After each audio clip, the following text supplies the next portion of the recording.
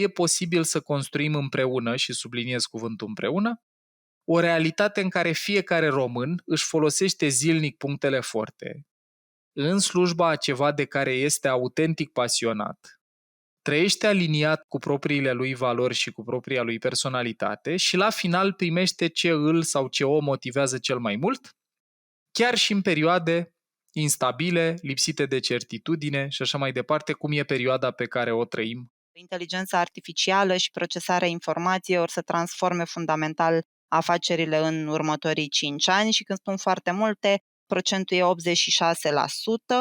Avem fluctuație considerabilă pe piața muncii, 22%, asta înseamnă 170 de milioane de joburi care se creează, ceea ce e grozav. Pe de altă parte, înseamnă și 92 de milioane de joburi care se pierd.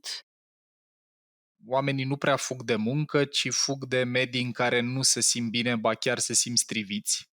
Mai ales în România, ideea că vom mai avea pensii e ceva la care cred că este bine să renunțăm, sau dacă încă trăim cu ideea asta, o să vedem că trebuie reconsidera felul în care o să ne uităm la retirement sau la pensionare.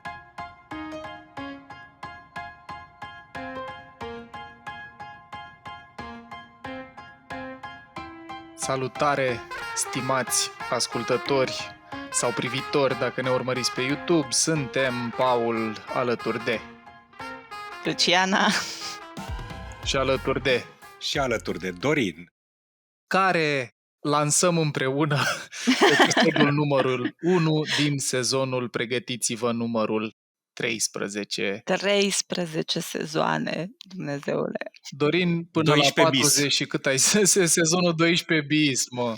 Da.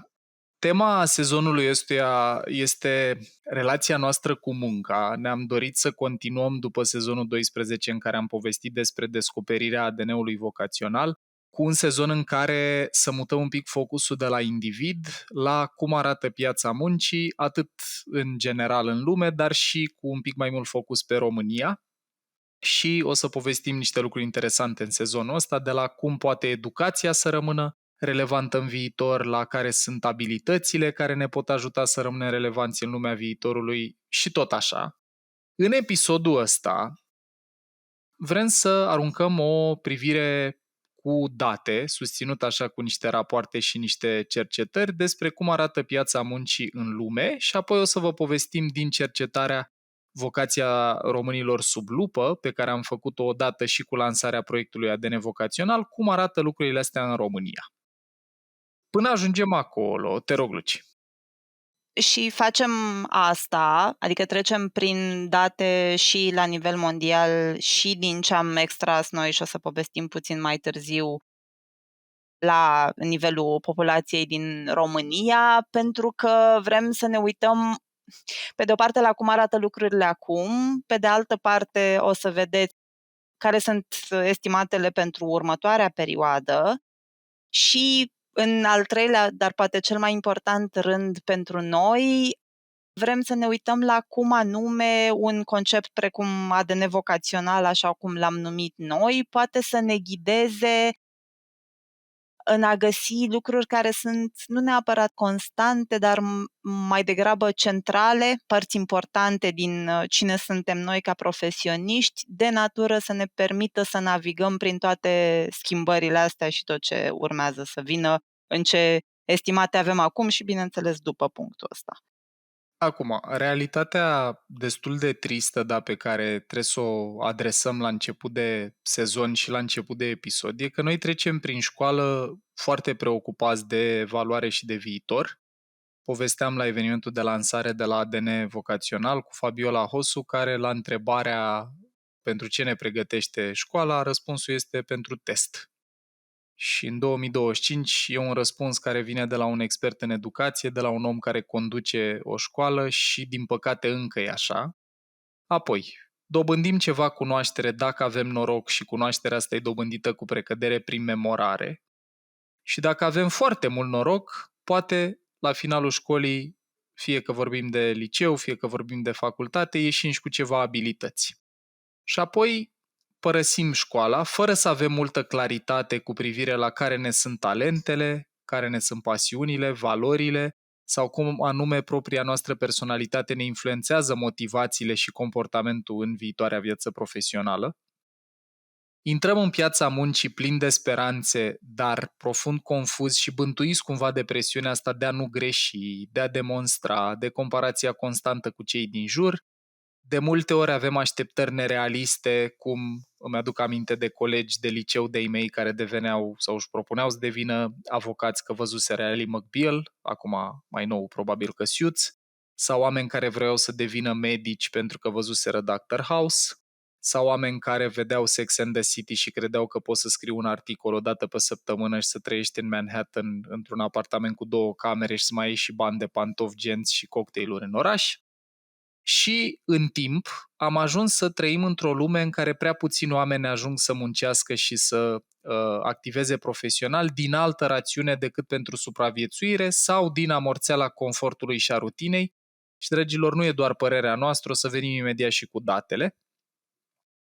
Acum, în contextul ăsta, noi am lansat proiectul ADN Vocațional, care este frățiorul Mind Architect. E și un podcast distinct pe care îl puteți asculta dacă căutați în rețelele de podcasting ADN Vocațional. Îl găsiți și pe YouTube momentan pe canalul Mind Architect. Și am lansat proiectul ăsta cu convingerea că se poate munci și cu sens și cu satisfacție, nu doar pentru supraviețuire sau confort. Și dorința cu proiectul ăsta e să ajutăm oamenii să-și identifice vocația și pentru asta găsesc un curs care te ajută să faci asta pe adnvocațional.ro, curs care e contra cost, dar pentru oricine simte nevoia de ajutor financiar poate aplica la o bursă. Apoi, ajutăm oamenii să-și construiască o carieră în jurul vocației lor nou descoperite sau mai vechi descoperite, dar poate simțiți nevoia de sprijin în a construi o carieră și pentru asta avem o comunitate de membri, plus episoadele de podcast de care vorbeam, care își propun să clarifice și să inspire oamenii care încă își caută drumul cu poveștile celor care și l-au găsit deja și care au reușit să-și construiască deja o carieră în jurul vocației. Și cu pilonii ăștia sperăm și credem, de-aia ne-am apucat de treabă, că e posibil să construim împreună, și subliniez cuvântul împreună, o realitate în care fiecare român își folosește zilnic punctele forte în slujba a ceva de care este autentic pasionat, trăiește aliniat cu propriile lui valori și cu propria lui personalitate și la final primește ce îl sau ce o motivează cel mai mult, chiar și în perioade instabile, lipsite de certitudine și așa mai departe, cum e perioada pe care o trăim. Care vine la pachet cu schimbări tehnologice, cu incertitudine economică. În momentul în care noi înregistrăm episodul ăsta pe plan local cu niște măsuri fiscale care ne tensionează și ne îngrijorează într-un fel sau altul pe toți, ne impactează. Avem schimbări demografice, avem, și o să povestim puțin mai târziu în episodul de astăzi, din ce în ce mai mulți tineri care pleacă din țară pentru studii, pentru urmărirea carierei într-un fel sau altul și tranziția verde, și ăsta e unul dintre punctele cele mai importante poate ale primei bucăți de date pe care o avem pusă noi în episodul de astăzi, pentru că în următorii 5 ani începem să vedem din ce în ce mai mult focus pe joburi care vizează sustenabilitate și climat în general, respectiv riscurile care vin la pachet cu asta. Și acum, primul set de date pe care l-am pus noi pe listă pentru episodul de astăzi vine din raportul World Economic Forum Future of Jobs Report, care a ieșit la începutul anului 2025 și care se uită la intervalul 2025-2030. Ei publică raportul ăsta odată la 5 ani. E interesant de văzut și eu vă recomand să vă uitați dacă nu le-ați parcurs pe cele din trecut. E interesant să ne uităm și în retrospectivă. Comparativ, așa. Exact, și să vedem cum a arătat raportul de la început de 2020 pentru perioada 2020-2025, pe care de altfel tocmai ce am parcurs-o, și să observăm cum anume lucrurile alea au fost puse sau nu în practică în experiența noastră trăită. Pentru următorii 5 ani, lucrurile cheie pe care le-am extras noi sunt așa. Pe de o parte, foarte multe dintre companii estimează că inteligența artificială și procesarea informației or să transforme fundamental afacerile în următorii 5 ani și când spun foarte multe, procentul e 86%. Avem fluctuație considerabilă pe piața muncii, 22%, asta înseamnă 170 de milioane de joburi care se creează, ceea ce e grozav. Pe de altă parte, înseamnă și 92 de milioane de joburi care se pierd. Mhm. Ceea ce, aducând logica mea în conversație, o să însemne probabil că vor fi foarte multe procese de reskilling, vor fi foarte mulți oameni care vor trebui să facă o formă de ajustare și de recalificare. Apoi, cele mai rapide creșteri apar în big data, în AI și machine learning, în inginerie verde și sustenabilitate. Apropo de ce Mhm. spuneam mai devreme, că subiectul ăsta al climatului și al crizei climatice devine din ce în ce mai important și începe să se vadă inclusiv în cele mai căutate skill-uri, respectiv domeniile care cresc cel mai mult. Și una dintre barierele principale în următorii 5 ani o reprezintă deficitul de competențe sau gap-ul, diferența între skill-urile existente și cele care sunt necesare. 85% dintre angajatori plănuind upskilling și sau reskilling, perfecționare, recalificare pentru membrii organizațiilor din care fac parte. Și o să vă zicem în continuare din raportul ăsta care sunt top 5 competențe cerute în viitor sau mai precis previzionate ca fiind cerute în viitor, pentru că dacă rapoartele astea ne învață un lucru e că de multe ori socoteala de acasă nu se pupă tocmai bine cu cea din piața muncii, dar la momentul publicării raportului sunt 5 competențe cerute în viitor și înainte să vi le spună Luciana, vreau să vă invit să-l puneți un pic pauză la episodul ăsta și fiecare dintre voi care ne ascultați, indiferent în ce industrie lucrați, câți ani de experiență aveți sau dacă sunteți poate la liceu sau în facultate și încă n-ați intrat în piața muncii activ, care credeți, uitându-vă la lumea din jur, că vor fi cele mai importante 5 competențe de care un angajat sau un antreprenor, un om care lucrează în viitor va avea nevoie. Hai să vă lăsăm 2, 3, 5 secunde de liniște să vă gândiți.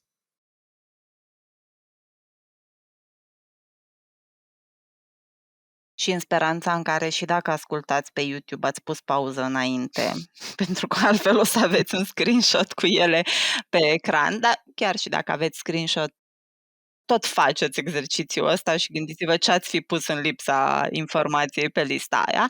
Avem așa, gândire analitică, Tadadam. gândire creativă, Așa. avem reziliență și flexibilitate, capacitatea să putem să ne adaptăm și să rezistăm chiar și în condiții vitrege. Mhm. Avem influență socială, respectiv avem literație tehnologică. Și aici nu pot să nu fac și o paralelă tot cu un raport al World Economic Forum care vorbește despre riscurile la nivel global. În următorii 2 ani, cel mai mare risc la care noi ne uităm fiind dezinformarea. Dacă ne uităm la gândire analitică, la literație tehnologică, la influență socială Mhm. și ne gândim la cum anume ajunge informația la noi, în ce volume, cât de moderată sau nemoderată, verificată sau neverificată este, are foarte mult sens de ce, pe de o parte, skill-urile astea sunt foarte importante și, pe de altă parte, riscul de dezinformare e foarte mare. Eu ce aș mai completa legat de competențe, abilități sau puncte forte pentru viitor, e ceva ce noi am povestit și în primul episod, cred că le-am numit, și la lansarea evenimentului ADN Vocațional, când am lansat proiectul ăsta, le găsiți și în curs pentru cei care veți vrea să treceți prin el. Noi am parcurs o carte care ni s-a părut foarte inspirațională pentru momentul la care a fost scrisă, respectiv cartea Imagine If a lui Ken Robinson, care are și ca subtitlu Creating a World for All of Us. Ken Robinson, am mai spus, dar repet și în episodul ăsta din Mind, este omul care a avut cel mai vizualizat discurs de la TED al tuturor timpurilor. În 2006 a ținut un discurs care se numea Do School Skill Creativity, care a fost până în prezent vizualizat de aproximativ 100 de milioane de ori, împărțite între site-ul TED și YouTube. Și în cartea asta, în Imagine If, pe care vă încurajez tare, tare să o citiți, nu e o carte foarte amplă, este, cred că, tradusă și în limba română. E ultima carte scrisă de Ken înainte să moară, alături de fiica lui, de Kate Robinson. Și în carte ce am găsit foarte util și pun lângă aceste competențe listate de Luciana, gândire analitică, gândire creativă, reziliență și flexibilitate, influență socială și literație tehnologică, el vorbește despre niște metacompetențe care sunt utile indiferent de cum va arăta viitorul, propune el, sau de meseria, profesia, jobul pe care îl vom avea în viitor. Vă listez doar câteva dintre ele, noi o să vorbim mai pe larg și o să le reluăm un pic când ajungem la episod despre viitorul educației. Dar pe lângă astea listate de Luciana, aș mai spune așa, el numea curiozitatea ca fiind ceva foarte important pentru viitor și e chiar cap de listă în rândul competențelor numite de el. Numea și el creativitatea pe lângă curiozitate ca fiind importantă și apoi lângă ele punea gândirea critică. Deci să fii curios, să devii creativ cu lucrurile pe care le descoperi curios fiind și apoi să reușești să ai discernământul, gândirea asta critică, să distilezi, să discerni între ce e real, ce nu e real, apropo de dezinformare, de ce spuneai, Luci. Apoi, la influență socială, eu personal aș simți nevoia să o deconstruim pe asta în factor prim și Ken Robinson, de pildă, vorbea despre importanța cultivării abilităților de comunicare în diferite forme și în diferite medii, comunicare digitală, comunicare interpersonală, comunicare publică. Mai vorbea despre importanța colaborării, care se poate și ea subscrie influenței sociale. Vorbea despre importanța civismului, care aș zice că poate cumva să se intersecteze și el. Da, pe care competență sau, mă rog, metacompetență o numea el, care este despre să fii un cetățean care înțelege cum funcționează democrația preferabil din care faci parte și să te implici în activitatea cetății, comunității din care faci parte. Mai trecea pe listă și cred eu că este poate că subevaluată sau subprețuită compasiunea, să ai capacitatea asta să privești cu empatie și cu dorința de a ajuta oamenii din jur și pe tine însuți, deci compasiune față de tine și față de cei din jur, care în lumea în care trăim cu toată diversitatea și cu toate provocările pe care le avem, cred că e foarte importantă. Și mai trecea el pe listă și composure, îi spunea în engleză, în română noi am tradus-o centrare sau capacitatea asta de a rămâne centrat, de a te autoregla sau de a putea să te reglezi emoțional, să faci față provocărilor. Am vrut pe lângă astea de la World Economic Forum, din raportul Future of Jobs, să aveți și perspectiva unui om care și-a petrecut mai toată viața, cel puțin partea profesională, studiind sisteme educaționale, studiind ce și cum ar trebui să învețe oamenii ca să le servească pentru viitor. Și pe lângă astea 5 listate de Future of Jobs Report, am zis să aveți încă o sursă cu unele care sunt evergreen. Mie astea lui Ken Robinson, trecând prin ele, mărturisesc că n-am găsit niciuna unde să spun, băi, asta nu mi se pare importantă sau asta poate că era important acum 10-15 ani și nu-i mai văd relevanța. Paul, aș vrea să pun și eu un pic pe masă perspectiva trecutului. Mă gândeam când ai zis tu acum că ți-ai petrecut toată viața, că la momentul în care înregistrăm... El a petrecut-o.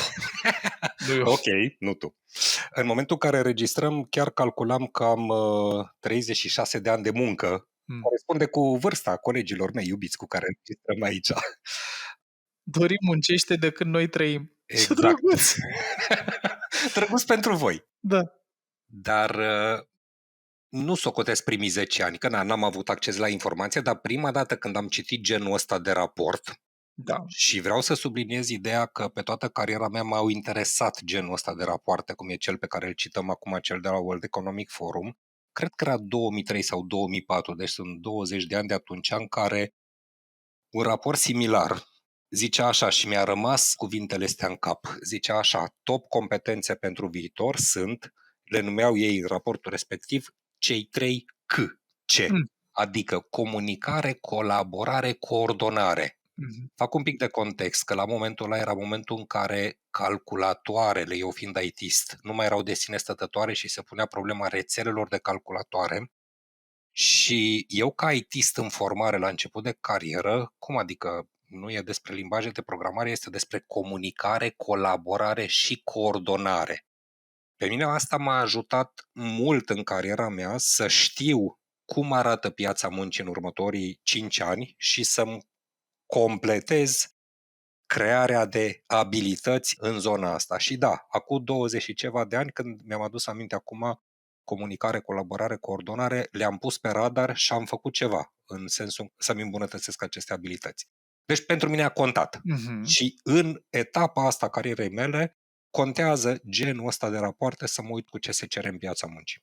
Și eu cred că contează, Dorin, și îți mulțumesc de completare, și pentru a ne ajuta să discernem în toată marea de informație și în tot sentimentul de anxietate generat de incertitudine. Da. Mi se pare util, noi de-aia am vrut să vă povestim în episodul ăsta despre cel puțin două. Să aveți și unul care se schimbă în fiecare an, cum e ce face World Economic Forum, dar să aveți și unul din munca unui om care s-a uitat așa pe o perioadă de timp mai lungă și a încercat să distileze.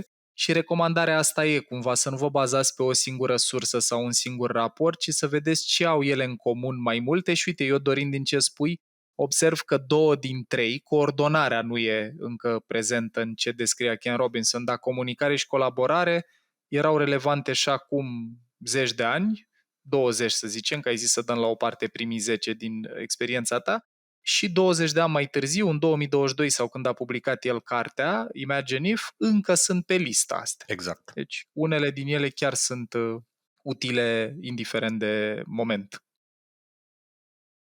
Bun, și ca ultime 2 puncte pe care le-am pus pe listă din raportul World Economic Forum, mai avem așa, legat de impactul inteligenței artificiale / algoritmilor predictivi și automatizărilor. Estimatul e că în 2030 doar 33% dintre task-uri vor mai fi realizate exclusiv de oameni, restul lor să fie automatizate complet sau făcut un mix de skill-urile oamenilor plus tehnologie.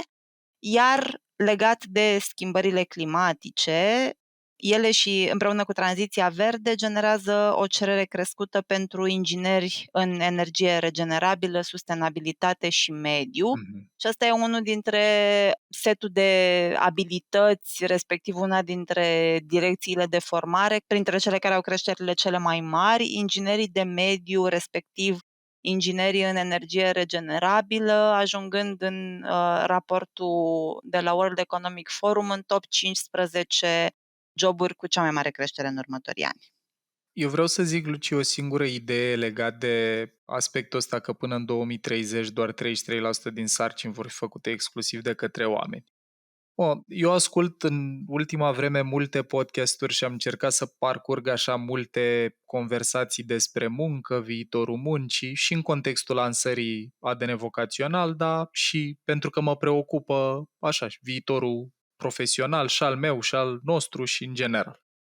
Cred că estimările astea sunt cumva făcute cu degetul în aer, băgând degetul în gură și ridicându-l în sus, pentru că cred că e destul de complicat să generalizez. S-ar putea să fie industrii unde poate mai mult de 33% din task-uri vor fi făcute de către oameni, altele în care mai puțin. Cred că automatizarea va pătrunde în diferite teritorii în momente diferite.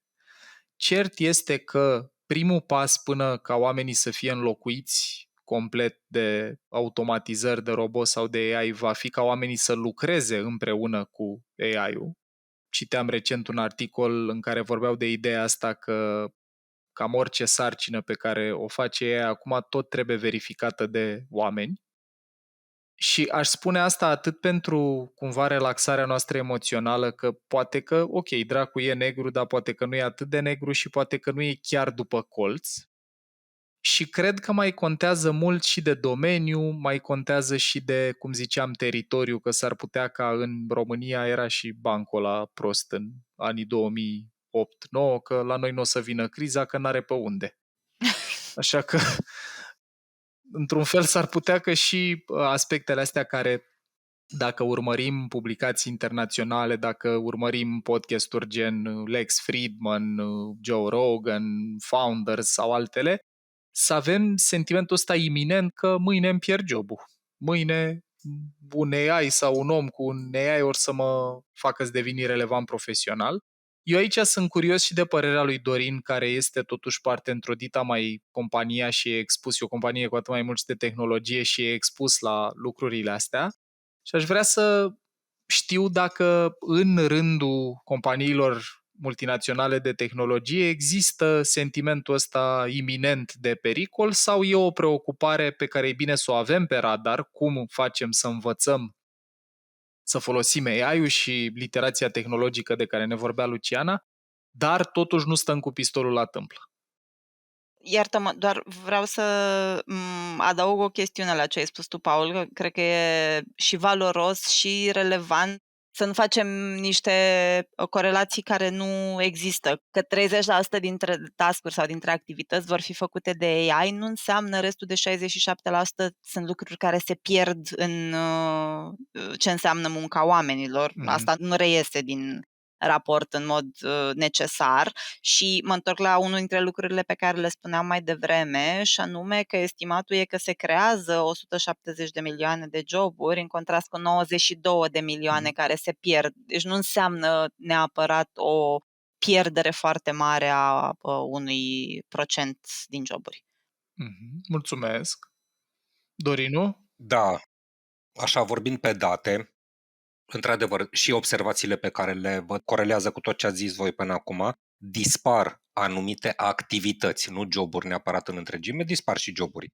Dar ce e important este că apar altele. Și am citit de curând o analiză făcută pe o companie mare de IT în care spuneau așa că au automatizat task-urile din resurse umane, disponibilizând un număr de 800 de roluri la nivel global, dar pe de altă parte au putut crea peste 1000 de poziții cu focus către altceva.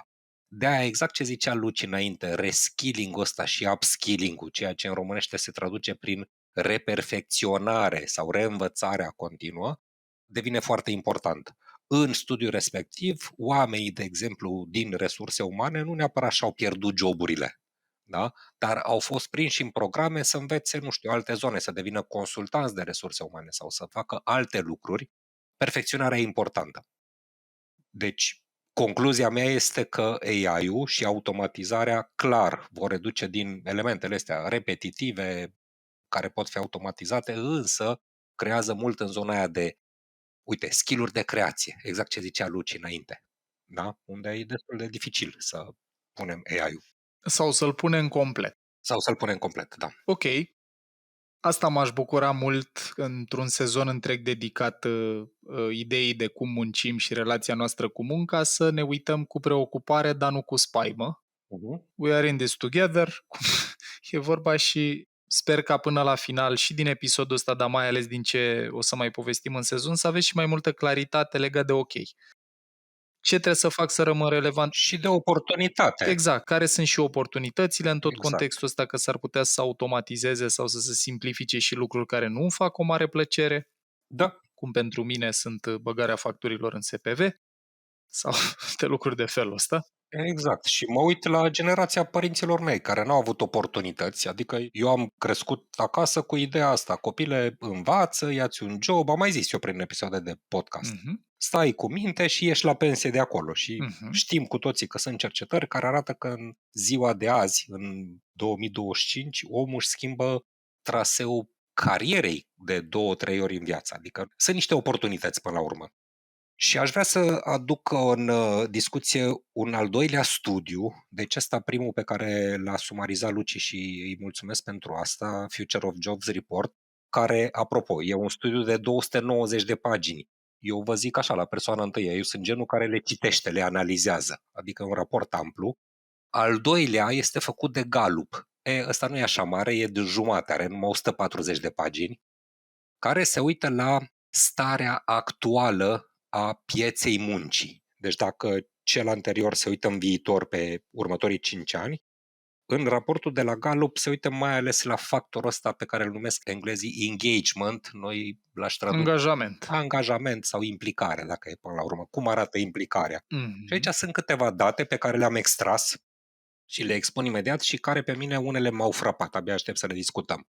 Zice așa, angajamentul oamenilor, și mă refer la cei care lucrează ca și angajați, a scăzut global la 21%. Este cel mai mic nivel din ultimii ani și e similar cu perioada lockdown-ului, în pandemie.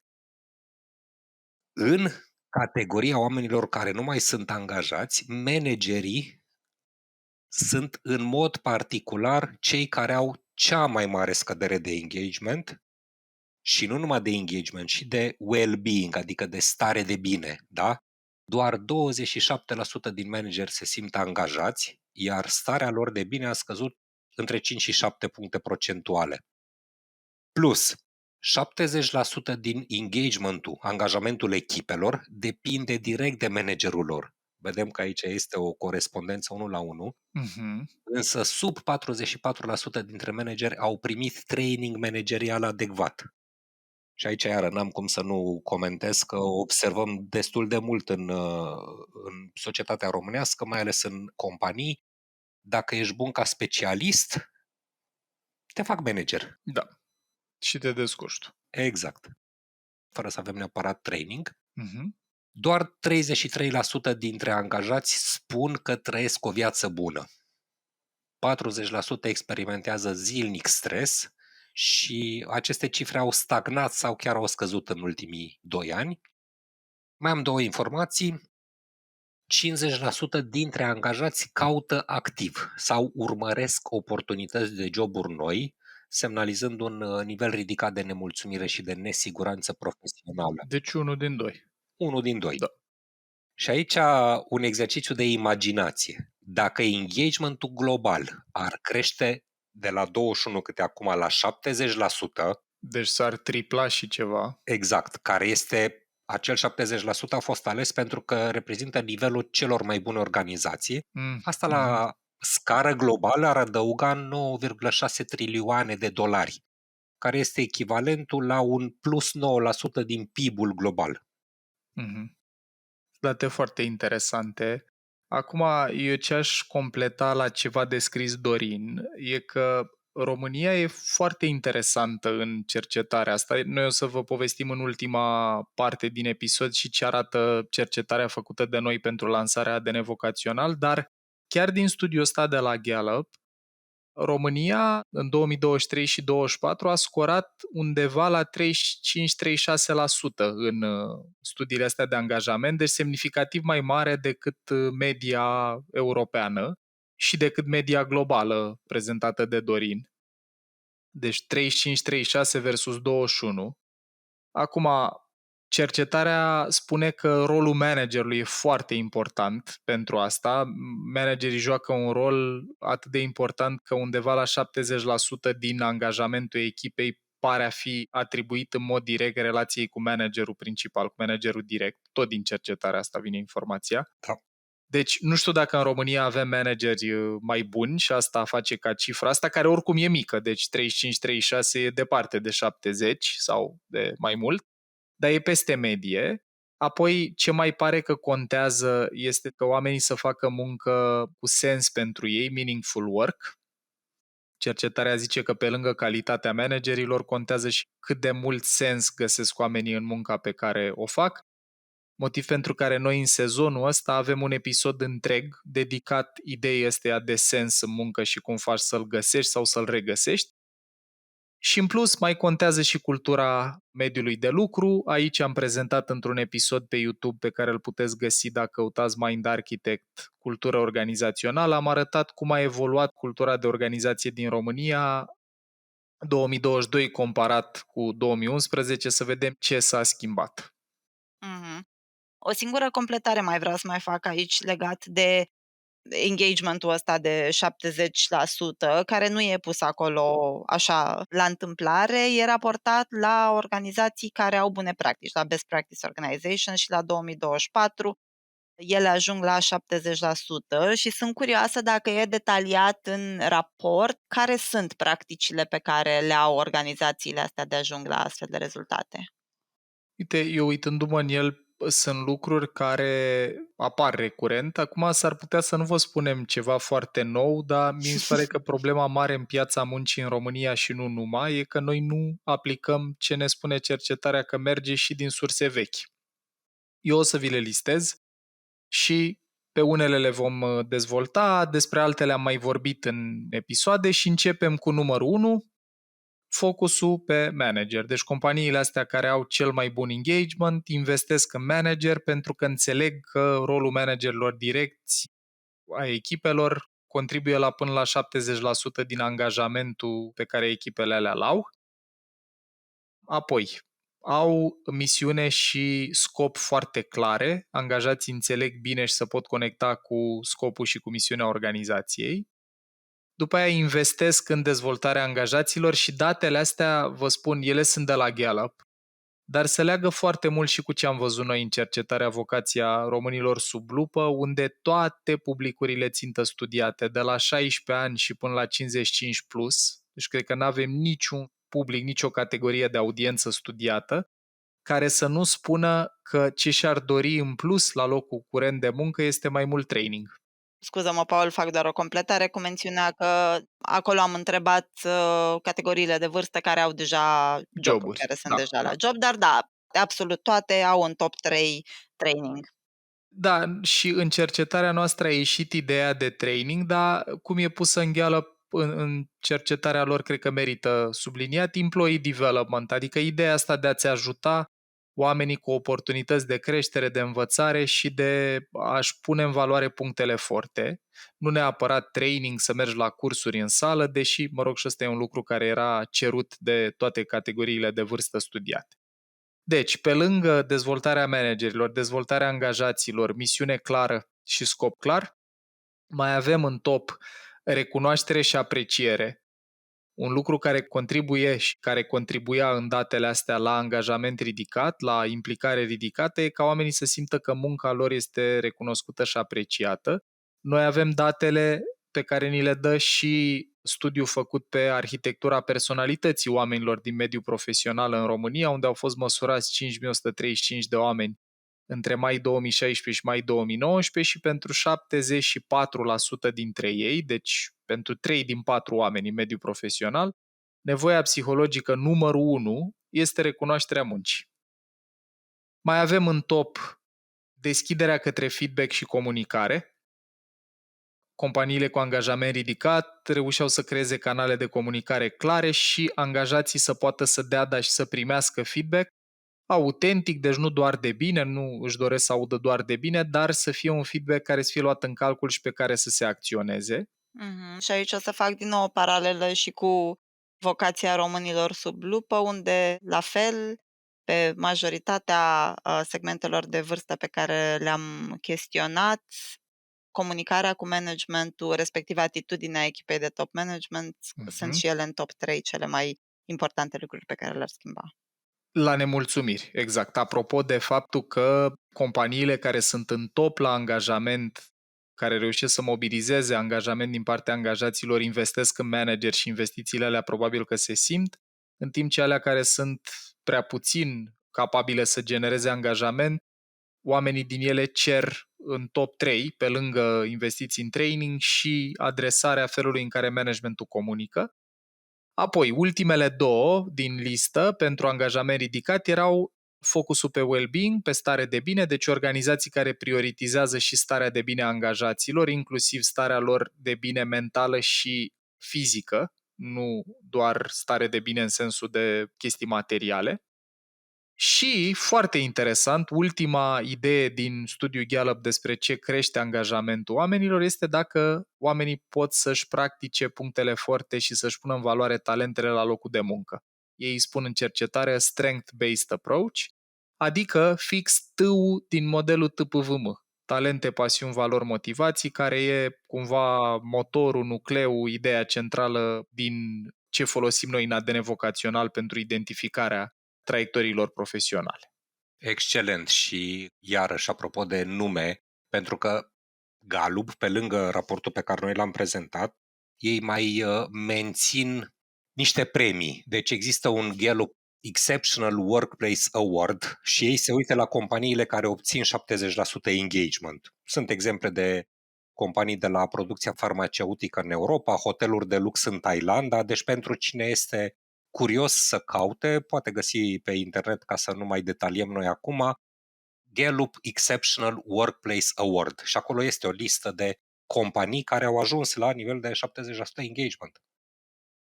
Și uite, ceva ce mai simt să clarifică, mie mi se pare important să înțelegem asta. Deci când spunem 35% engagement sau 70% engagement sau 25% sau cât o fi, unde media era la, cât ați zis, 20 și ceva, România 35-36, Da.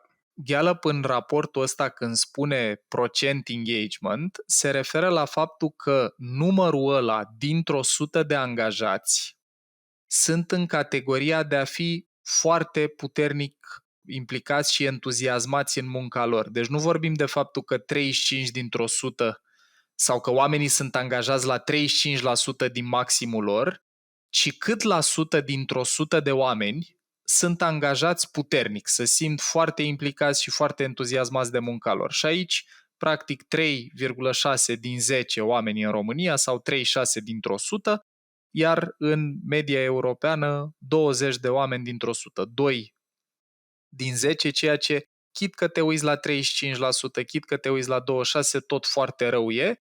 Și iată, modelele de bună practică sunt alea în care 6-7, mai degrabă spre 7 oameni din 10 sau 70 de oameni dintr-o 100 dintr-o companie sunt foarte puternic angajați și entuziasmați de munca lor. Nu vreau să fiu partea negativistă din conversația asta, dar ascultându-te acum vorbind, Paul, nu pot să nu mă gândesc și la faptul că asta înseamnă că sunt 6-7 oameni într-o echipă de 10 care nu se simt angajați în munca lor în România, în varianta, deci, optimistă, că noi suntem peste media raportului. În ce e rău, noi suntem mai bine. Exact. Unde se scorează în mod general rău și foarte rău, noi scorăm puțin mai bine. Și acum aș vrea și să te invit să trecem la bucata de conversație despre ce ne-a rezultat nouă din studiul Vocația Românilor sub lupă. În primul rând, dacă simțiți să parcurgeți studiul ăsta integral pentru că e făcut pe România și are date foarte interesante, îl găsiți pe adnvocațional.ro, o să vă apară un pop-up, vă cerem adresa de mail și apoi o să primiți cercetarea în variantă digitală integral. Pentru episodul ăsta introductiv din sezonul nostru despre relația cu munca, în Mind Architect noi am selectat așa, că undeva la 77% dintre tinerii elevi și studenți consideră că au nevoie de îndrumare în cariera lor. Fie pentru că nu știu la ce sunt buni, nu știu ce îi pasionează și n-au încredere în ei. Deci, dragilor, 3 din 4 oameni care fac pasul din liceu către facultate sau chiar din facultate către viață profesională, 3 din 4, 77%, peste 3 din 4, nu știu la ce sunt buni, ceea ce ar fi grozav să cam știi în momentul în care te gândești în ce direcție profesională vrei să o iei, nu știu ce îi pasionează, ceea ce am vorbit noi în sezonul trecut că pasiunile de bine de rău se mai modifică în timp și părăsesc formele astea de educație fără încredere în ei. Abia aștept să dezvoltăm mai mult subiectele astea când o să facem episodul despre viitorul educației, dar așa arată datele și asta poate să ne explice cumva de ce mulți oameni muncesc pentru supraviețuire sau pentru confort și din rutină, nu cu vreo formă de satisfacție sau sens dacă nu prea avem ghidaj. Apoi, tinerii cu vârste mai mici de 21 de ani vor foarte intens să plece din țară, sunt aproape jumătate dintre ei, deci cam 1 din 2 cu vârsta în pragul ăsta până în 21 vor să plece. Ce ne arată nouă cercetare e că pe măsură ce timpul trece, deci după ce îmbătrânesc sau, după ce trec prin niște ani de expunere profesională, vor mai puțin să plece și aici asta putem să o vedem în mai multe chei. Unii dintre ei vor să plece și din rațiuni financiare cu gândul că vor câștiga mai bine în altă țară, alții vor să plece din țară ca să studieze și să specializeze în afara țării cu gândul că vor fi mai competenți sau vor învăța ceva mai util acolo, dar se vede destul de clar tendința asta că intenția de a pleca din țară e mai mare cu cât ești mai tânăr, cu cât ești mai puiuț. Apoi, 26% încă nu știu ce meserie vor alege, deși 77% au nevoie de îndrumare. Cu sau fără îndrumare, procentul scade la cei care nu știu deloc ce vor alege. 29% vor să devină antreprenori, 27% vor să lucreze în corporații. Cam așa arată breakdown-ul. Acum, pe lângă informația asta legată de nevoia de orientare în rândul elevilor și studenților, mai vedem așa, că oamenii nu prea fug de muncă, ci fug de medii în care nu se simt bine, ba chiar se simt striviți. Ne uităm și la cei cu vârstele 16-27 care vor să plece, cum ziceam, aproape jumătate, 44,6 vor să plece din țară din cauza lipsei oportunităților, a respectului și a unui mediu de muncă în care simt că nu pot crește, iar în grupa de vârstă 28-50+, care dacă citiți cercetarea integrală o să vedeți că sunt de fapt mai multe subgrupe, dar în categoria asta mare, principalele frustrări sunt volumul mare de sarcini, lipsa de claritate și atmosfera toxică. Așa că e de avut în calcul cumva că poate lipsa asta de angajament, dincolo de cauzele pe care le povesteau și cei de la Gallup, poate să aibă de-a face și cu mediul în sine de muncă și m-am bucurat cumva că cercetarea noastră demontează ideea cum că oamenii nu vor să muncească, ci mai degrabă nu mai vor să muncească în medii care nu țin cont de cum sunt ei și de ce nevoie au, apropo de well-being, care apărea și ca contributor la angajament în studiul Gallup. Apoi, foarte interesant e că noi am făcut o separare pe generații și ce a reieșit este că fiecare generație simte cumva presiunea profesională diferit, că toată lumea are totuși nevoie de claritate. Și aici datele din cercetare ne arată așa, că cei cu vârsta undeva între 16 și 21 trăiesc cu frică legată de a nu greși, de lipsa validării și de incertitudine. Cei cu vârsta undeva între 28 și 35-36 resimt destul de pregnant burnout și lipsă de sens, iar cei de 36 plus, vorbim de la 36 până la 50 și peste, mai degrabă trăiesc disconfortul din plafonare și nevoia de repoziționare în niște cariere sau traiectorii profesionale mai aliniate cu ei. Ce mai simt să zic este că în topul nevoilor sau cererilor angajaților sunt stabilitate, echilibru, viață, muncă și sens. Și iată, și în cercetarea noastră apare ideea asta că e un mediu cu multă incertitudine care invită sau care pune presiune pe nevoia de stabilitate. Echilibru viață-muncă, adică mai multă stare de bine, mai puțină tracasare și sens. În timp ce antreprenorii, cei care lucrează pe cont propriu sau care dețin companii, mai degrabă spun că au nevoie de structură și de claritate, de validarea ipotezelor lor de business și de sprijin în procesul de vânzare. Așa că, sintetizând, angajații vor cumva echilibru și sens, antreprenorii vor structură și creștere și s-ar putea și din mizele astea diferite să apară o oarecare tensiune între publicuri. Și ultima idee pe care aș mai prezenta-o acum și cu invitația încă o dată, dacă vreți să vedeți cercetarea integrală, să urmăriți episodul de lansare în care venim cu mai multe date, îl găsiți pe YouTube, dar și să descărcați bucletul integral de pe adnvocațional.ro. Aș mai spune și ideea asta că, indiferent de publicul chestionat, cam toată lumea simte nevoia de a se înțelege mai bine, deci nevoia de cunoaștere de sine e una comună, indiferent de vârstă sau de statut profesional. Apropo de investițiile alea de care vorbeam în cursuri atât pentru manager cât și pentru angajați, nevoia asta de a te prinde mai bine de cine ești, ce puncte forte ai, ce ai de oferit, cum poți să lucrezi mai mult aliniat cu tine. Și aș vrea să nu încheiem prezentarea peisajului pieței muncii până nu ne uităm puțin și la deschiderea către antreprenoriat, unde vedem că deschiderea cea mai mare către antreprenoriat în rândul cărei public credeți că e? Ce categorie de vârstă? 16-18, 18-21, 22-27, 28-35, 35-43, 44-50 sau 50+? Plus? Lăsăm 2 secunde. Lăsăm și mai mult. Așa, ca interval, mai până în 20, între 20 și 30, 30-40. Eu nu zic că trișez. Că știi. Deci, cel mai mare procent de oameni cu disponibilitate către antreprenoriat și unde sunt și cei mai mulți deja sunt în intervalul 28-35, unde din cercetarea noastră 15,7% sunt deja antreprenori. La nivelul de deschidere e foarte ridicat, e vârful de deschidere către antreprenoriat și motivația principală către tranziția de la angajat la antreprenor e mult în jurul nevoii de sens și de control asupra propriului timp și de autonomie. Și mai fac aici o completare că e interesant de văzut una lângă alta, că e un articol de la Economedia din 2024, pe care o să-l lăsăm noi și link în resursele episodului de astăzi, care ne spunea că, deși peste jumătate dintre români cred că ar putea să facă un business, numai 9% dintre ei intenționează să înceapă unul.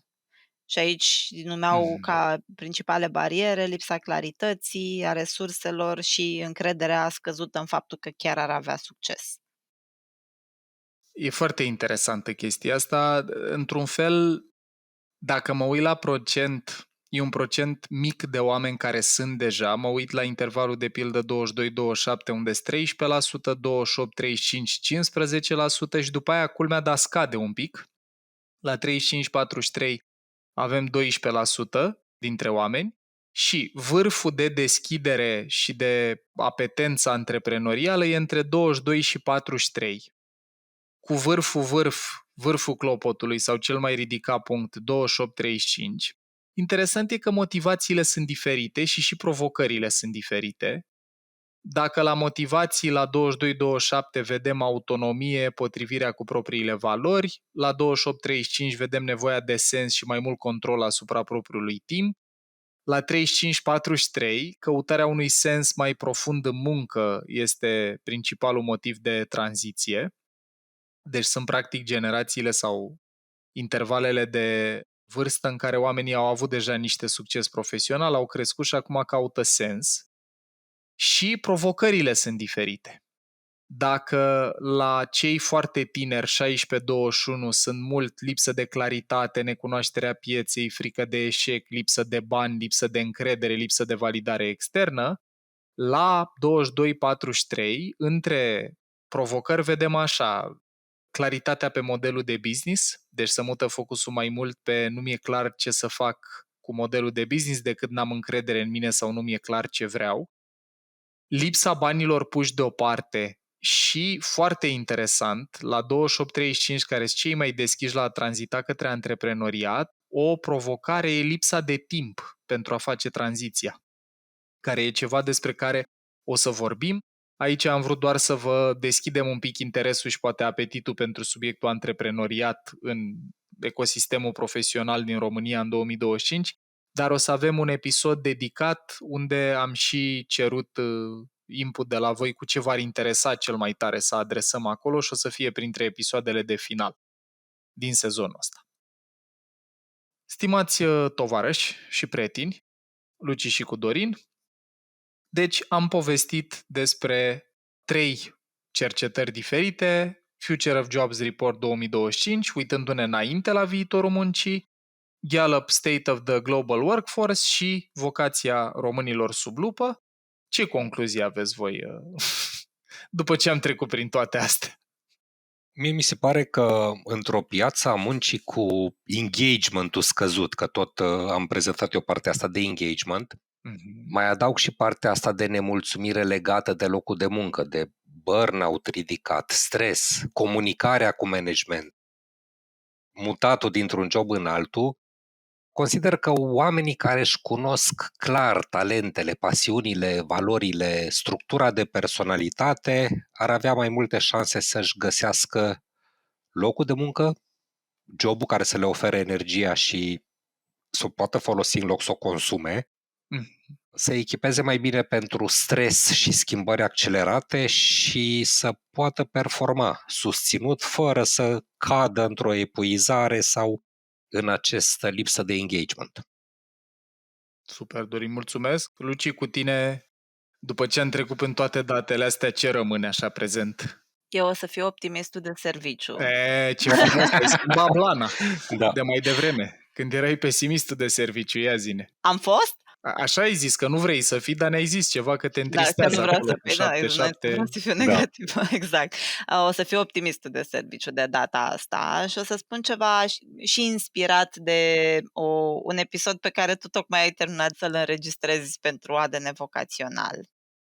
Și inspirația vine dintr-o conversație pe care o aveam cu invitata noastră, cu Mia, legat de ce dificilă a fost perioada pandemiei, în egală măsură reflectând asupra câtor oportunități au venit la pachet cu asta.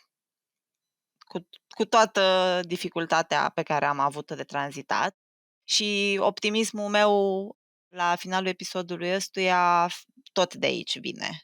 Din faptul că mie mi-e clar că ne uităm la multe schimbări și de acum înainte, la nevoie de a ne face reskilling pe alocuri, la nevoie de a fi mai flexibil, mai adaptabil, de a ne reorienta poate, în egală măsură, pentru mine aici rămâne și poarta asta care se deschide către ce oportunități ar putea să vină la pachet cu astea, respectiv cum anume dacă ne ghidăm după ce știm să facem mai bine, ce simțim că ne energizează cel mai mult, ce ne pasionează, ce e aliniat cu noi valoric și ce ne motivează, în ce direcție ne duce asta. Iar eu o să rămân cu ideea asta pe care vă propun și vouă, că e important să ne preocupe relația noastră cu munca și să ne preocupe conștient și activ. Motivul pentru care eu mi-am dorit mult să mai avem, dincolo de sezonul dedicat ADN-ului vocațional și de lansarea proiectului ADN vocațional, mi-am dorit să avem totuși încă un sezon despre relația noastră cu munca, unde o să vedeți că sunt invitați și o grămadă de alți specialiști cu care vorbim, pentru că e o temă importantă, cum și cunoașterea de sine, și educația, și sănătatea psihoemoțională sunt teme foarte relevante și importante. Noi ne petrecem totuși o perioadă semnificativă din timp muncind, mai ales în România, ideea că vom mai avea pensii e ceva la care cred că este bine să renunțăm, sau dacă încă trăim cu ideea asta, o să vedem că trebuie reconsidera felul în care o să ne uităm la retirement sau la pensionare. Și eu cred sincer la intersecția între îngrijorare, dar și optimism, că dacă ne preocupăm să ne înțelegem propria busolă, intersecția asta între talente, pasiuni, valori, motivații și personalitate, și suntem preocupați și mindful, așa, prezenți, atenți la ce se întâmplă în piața muncii și în lume, cred că putem să ne găsim un drum care, dacă nu e mai bun decât cel pe care am mers până acum financiar, să fie măcar mai bun pentru noi. Eu cred foarte tare și despre asta e tot efortul nostru și cu sezonul ăsta și cu proiectul ADN vocațional, că dacă muncim mai aliniat cu noi, indiferent cum o să arate lumea în viitor, o să ne păstrăm relevanța și o să reușim să fim bine. Dacă în lumea către care mergem muncim în continuare din inerție, din m-am făcut avocat că așa s-a nimerit, am dat la inginerie că și tata a fost, am dat la medicină că e tradiție de familie, cred că în lumea asta populată cu incertitudine, cu AI, cu schimbări climatice, cu mobilitatea forței de muncă, cu diferențe din ce în ce mai mari între veniturile a diferite părți din populație, o să fie foarte, foarte greu. Așa că, dragilor, la finalul episodului ăsta eu vă doresc să aveți preocupare, interes și optimism în ce privește viitorul, dar un optimism fundamentat, informat, și în ce privește echipa noastră să facem tot ce ține de noi, să vă aducem aici specialiști și să facem conversații cu ei cât mai relevante ca să putem pe viitor alege cât mai în cunoștință de cauză. Și cu această ocazie vă mulțumesc dacă ați rămas cu noi până la final. Dorin și cu Luci vă mulțumesc pentru ce am compilat și pus aici în episod împreună și să ne auzim cu bine vinerea viitoare.